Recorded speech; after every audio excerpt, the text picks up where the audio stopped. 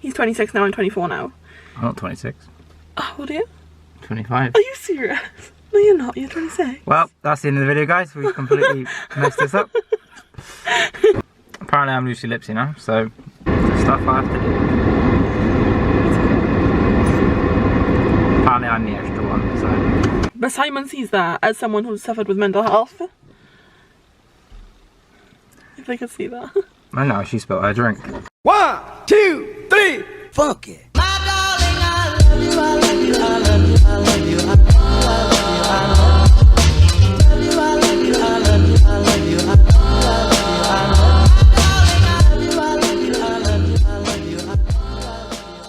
Hi guys, welcome back to my channel. It's Lucy Lipsy. We're back for another video. So a lot of people messaged me after the last video and they were saying how me and Simon are like couple goals. And I don't know, I just felt like it was a bit weird because we only showed like a couple of seconds of our life. That was me on a good day, so. Him on a good day. Not like today, he's been in a bad mood up until now. But we thought that we'd kind of share some of the things that we've learned through 7.5 years being together. Obviously, we're not saying we're the perfect couple because I don't think that even exists. But we're just sharing a couple of aspects of our life that made it easier for us to stay together this long.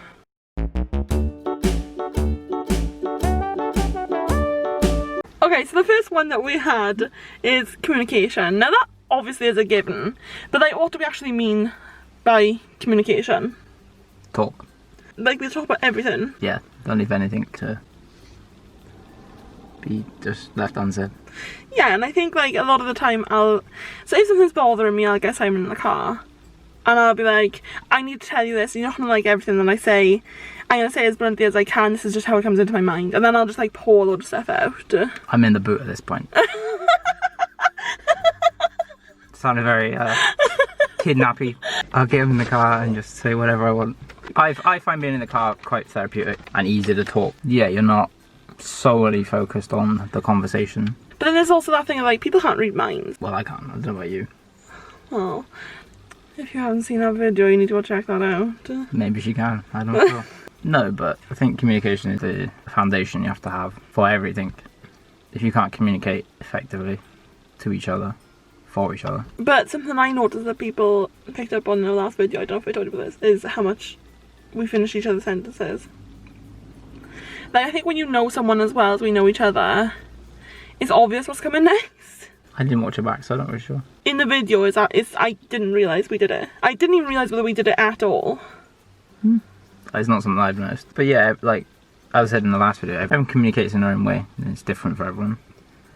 And it takes time to figure out what the other person needs communication-wise. But always be communicating, never just assume they know anything really, like what you want, what you need, you know, checking in. I check in all the time. You check on me every single day. So Simon will check in every single day, and in the beginning he used to annoy me. Because I remember being like, yeah, I'm okay, why are you asking me again? And then he'd be like, because you ask more than once, wouldn't you? Well, ask because I can tell there's something wrong. But I still shouldn't put up that guard of like, oh, there's nothing wrong, there's nothing wrong. As I know eventually you'll come back to me and be like, oh, this is wrong. Well, you could have just told me this 2 hours ago. Yeah, but I don't know why I do it. I think it's maybe like I'm not ready to talk about it quite yet. Instead of me saying to you, no, there's nothing wrong, I could say, yeah, there is something wrong. I'm not ready to talk about it. Just give me time. Yeah, then that could work. Maybe I'll stop pestering you about it. But that's something like we could work on as well. Alright, so number 2 is words.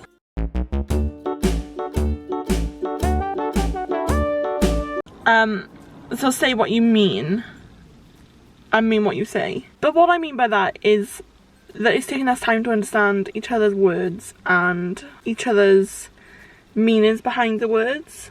I'm very dramatic. I've always been very dramatic. It's just the way that I am. Like, if there's a minor inconvenience in my life, I will say, I want to kill myself. And you hate that. Yeah. And every time I say it, Simon will be like, you'll tell me off, won't you? Yeah. And I understand why. And I do try to stop myself from saying it. As someone who's suffered with mental health quite a lot, that's like a very serious thing. Obviously it's a serious thing to everyone, but like that's a personally serious thing to you. Yeah, and you should I think you should take it more seriously. Yeah, like it's not that I don't take it seriously, but it's just I'm so quick to say that. It's also not meant to be offensive or anything like that. Certain people might have certain trigger words, maybe. Yeah. Like if you've had issues in the past. And like cheating. Cheating is like a big one. Like, what does that mean though? To 'cause you? with us, which To we'll me. go on to later, we probably don't see cheating in the kind of generic Black and white. sense. Yeah. So we're quite open about the fact that we do talk to other people online, and it's something that we've become comfortable with. So cheating to us would mean physically touching somebody else. Yeah, obviously, unless you've agreed to that. Not that we ever have. No, we never have. But I think it's important to set boundaries of what means what. I understand where the lines are. You understand where the lines are. Yeah, and I think we'll get into it a bit later on, but when we spoke initially about talking to more people, you have your own boundaries. Like, you'll never send hearts to other people. Stuff like that. It's just little things that we always like put in place to keep each other safe. Plus, we have no desire to be with any of these other people. We're just both very needy. My talking to other people consists of playing out role plays online. Not always sexual, sometimes sexual. But with you kind of like to be verified. Yeah, I like quite like the validation of it. Having other people want to talk to you. Even though I'm quite a shy person, which is quite a big contradiction. Like, I want attention, but I also like hide away from it. But having that distance of online is a bit of a safety net, I think. Coming back to words, I think at the beginning, like I said in the last video, I was always very flippant with words, and I would quite quickly say something as small as go away, and something as small as go away could really affect you. Yeah, because of things that have been said to me as a child. So like, because of your childhood, I had to be careful with my words. Once I learned that, I was able to monitor what I was saying. And then I have to be selective about words around food. Mm-hmm. And like, we've recently discussed more detail of like what triggers you, so what not to say. Like, a trigger for me for food is to refer to maybe like a takeaway as bad food.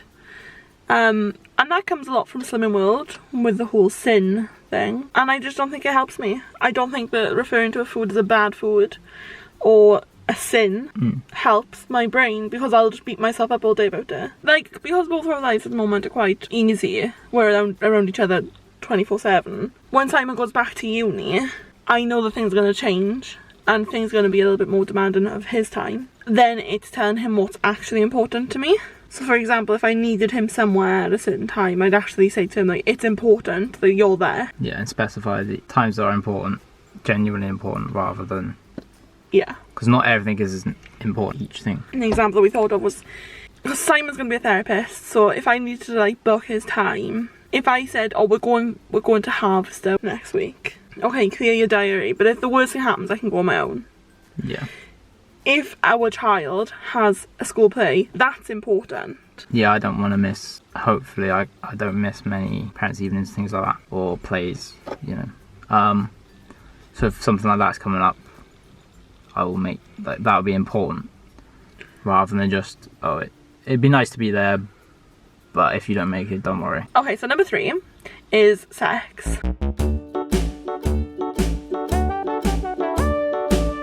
So something that I've personally been around quite a lot is people saying that they want certain things during sex, but they feel awkward to ask. Something that we've always incorporated into this relationship is that we should never shame each other's desires. I have a particular fetish, but when I first got with Simon, I hid it. And I remember like 2 years into the relationship, it was that far in, wasn't it? Probably, something like that. About 2 years into the relationship, I was kind of like, I need to tell him. And I remember I worked myself up so hard that I was sat in the settee talking to you, and I remember crying. Ran away, I think. I ran away. I actually told him what it was, and I ran into the other room, and I just cried. And I came back in, and I was like, I bet you don't want to be with me, you think I'm weird, you think I'm twisted. And he's like, no, it's fine. But I was so like self-conscious that you were gonna think, oh no, I can't participate in any of that. That you were gonna be like, I don't want to be with her anymore. No. But like, I think what I learned from that is, you talk about sex whenever you want. The last thing I'm ever gonna do is wait until we're having sex to talk about it. That's the worst time. Well, yeah. Unless you think of something spontaneously. But I'm also not afraid to say no. Obviously.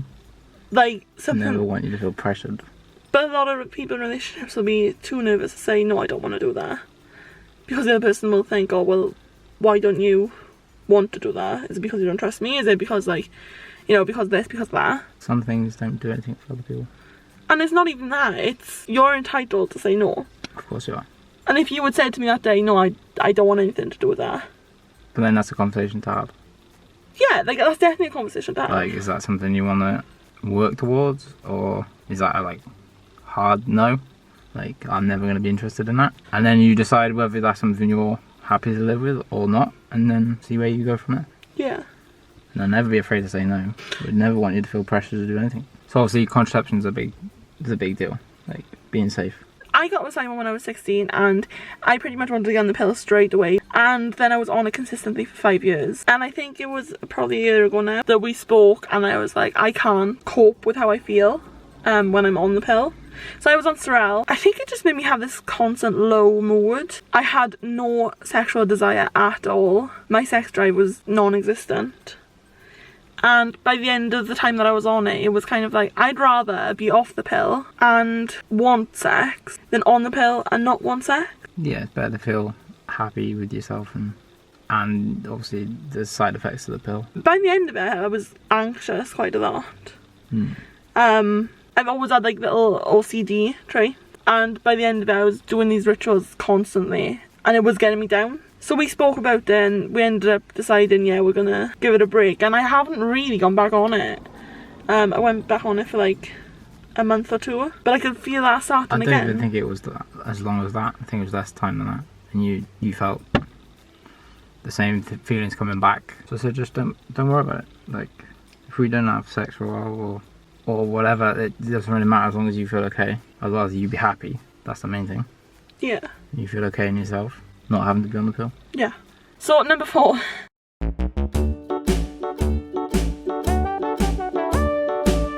So this is one that we spoke a bit about, and we're a clingy couple, okay? We're a very clingy couple. We like to be around each other. We find it difficult being apart from each other. Well, we're not apart anymore. Well, no, we're never apart. But I think you first noticed when you were in hospital. Yeah, longest week of my life. Last September I was in hospital for a week, and it just made the whole thing worse being on my own. It was terrible. Just couldn't handle it. But like, we've been together 7.5 years and we've never spent more than probably a week apart. And that's in the very beginning. But we never really spend any time apart now. And I think I struggle. Like, it's something I've got to work on because I actually struggle really bad. Well, the second I go into the bath, yeah, and Simon's like upstairs, I will be texting Simon the whole time. I just hate being away from you. I hate not talking to you. But I was never clingy as a person, as an adult. Like, I remember the first time I met Simon, like the first day I ever met Simon. When she eventually agreed. Because we had talked before that. And like, I'd met you like on the bus and stuff. But like, we didn't really... Met is generous. Yeah. I wouldn't say that. The first day we met, I remember Simon getting to the door and I had to go because it was my dad's birthday the next day and I had to go and buy him a present. But I remember Simon got to the door and I was like, you're coming back, aren't you? And I was like, oh my god, I'm not that type of person. Why am I saying that to him? And you were like, yeah. And I was like, no, but you are going to actually come back. You're not just saying that. And you were like, no, why would I just say that? And I remember you walked out and I was like, oh my god, I'm such an embarrassment. Like, why did I say that? And then when you actually came back, I was like, oh my god, he came back. I would. So, number 5 is luck.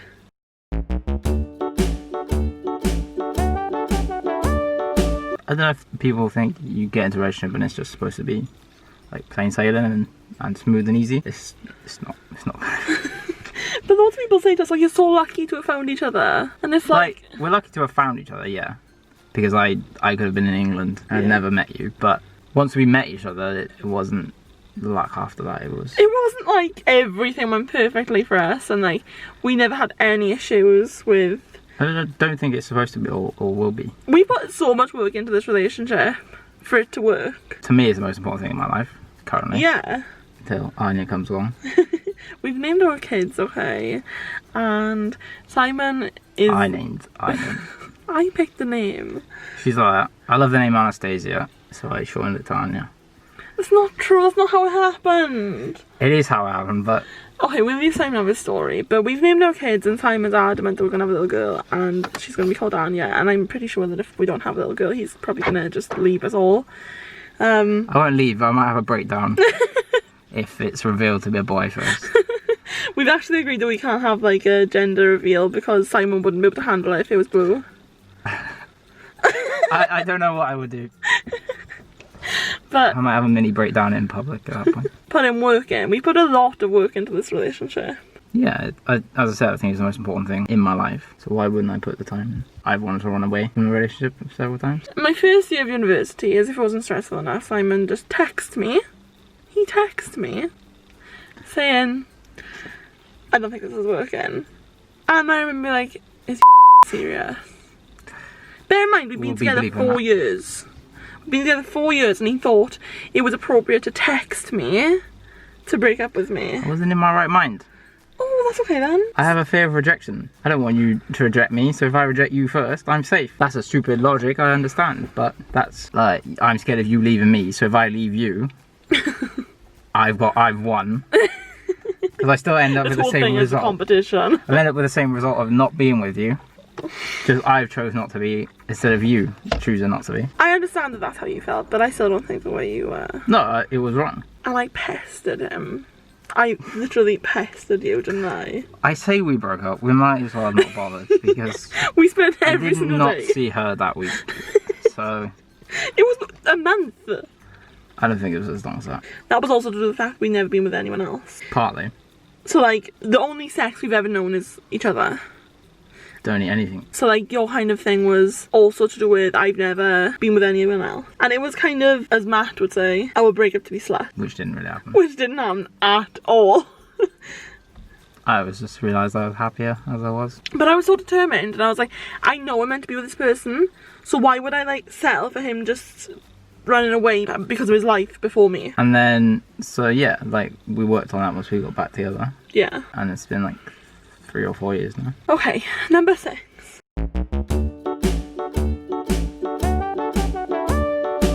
And that is that we're both each other's like number one. I always want you to win at everything.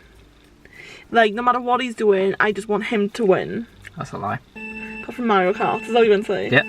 If it's against you, you don't want me to win at all. No, I don't. I literally don't. Toys out of the pram. I'm not very good at games. You're losing. I'm not, I'm really not.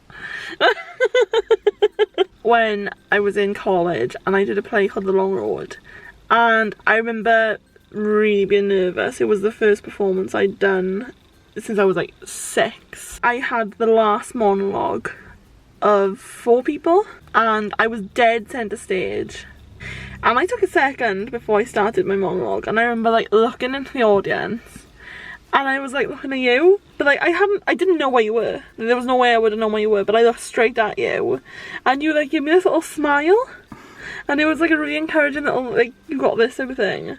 And I remember just like, I remember doing it and then the show was over and I remember like trying to get to you, like just trying my best to get to you, and like there were so many people talking to me and I was just trying my best to get to you, and the first thing you actually said to me when I came back was, after you said the first word, I knew you smashed it. Yeah, you did. You just had it. And I remember like every performance after that, like nothing mattered because you were in the audience. I just knew you were there and I always knew that like my biggest fan in the world was watching me.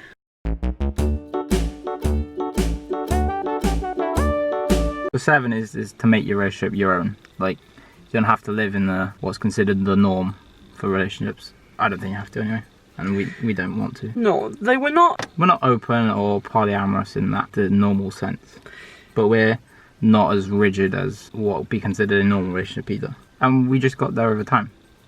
Well, I think to start, I was always very interested in kind of, I'm awful. If anyone knows me, you know that I neck on with every girl that I see on a night out.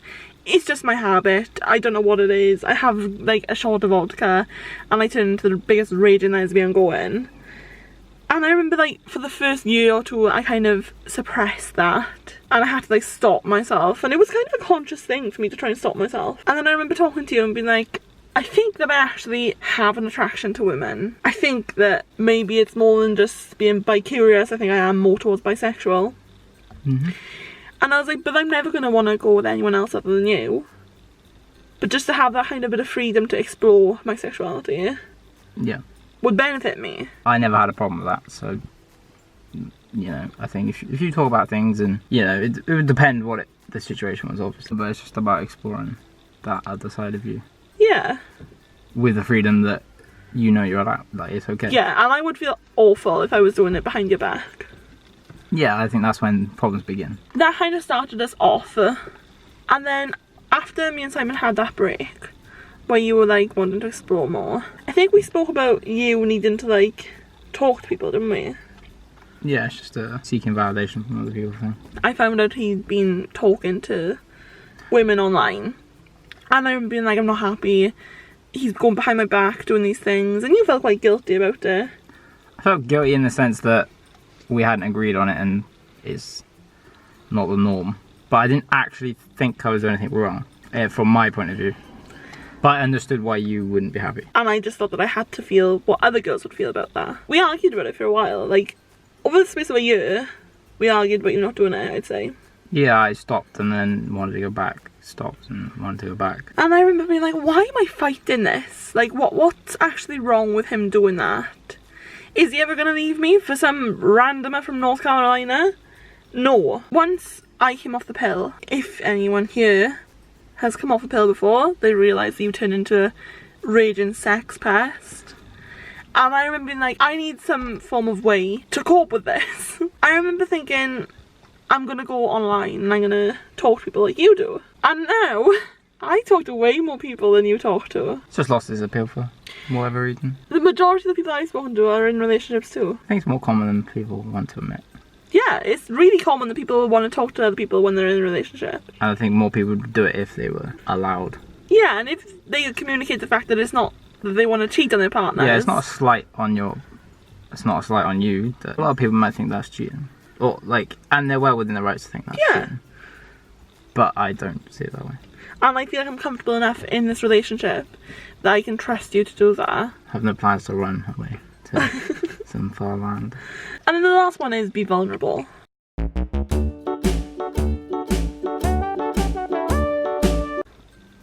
I think you can talk about this more than I can. What, because it's not usual for... Man. Like, I think I've said quite a few vulnerable things in this video.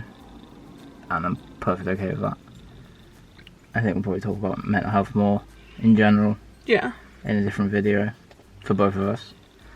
But it's only made things better. It's not made things worse for me to be vulnerable, to be open.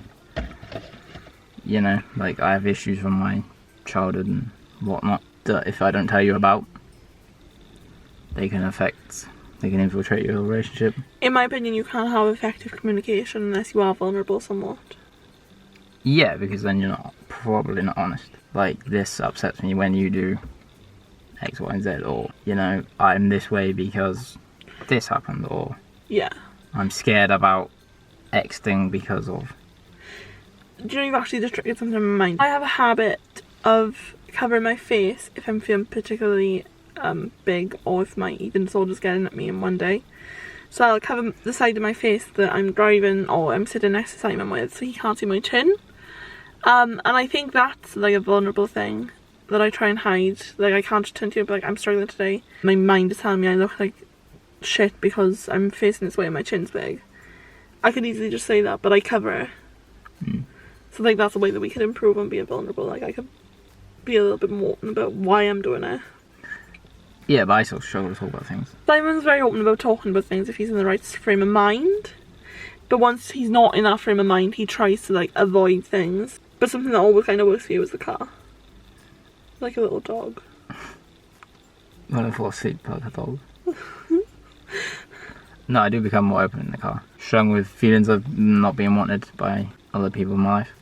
At different points in my life. And just whether those are genuine things that happened or whether I'm... Traumatising them. I don't think I am. Because they're facts. They happened. It's just whether that was the intent or not. But I think it's always good to be vulnerable. Yeah. Either party in the relationship. You know, and I think it only makes things better and stronger. Yeah. As long as you feel safe. Yeah. With your partner. I wouldn't spill your guts the first day you meet them.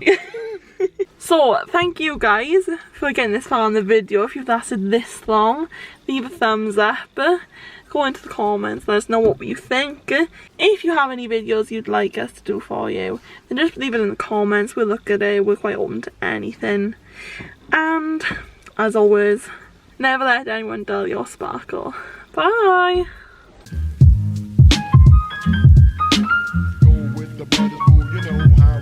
It's not for me to say.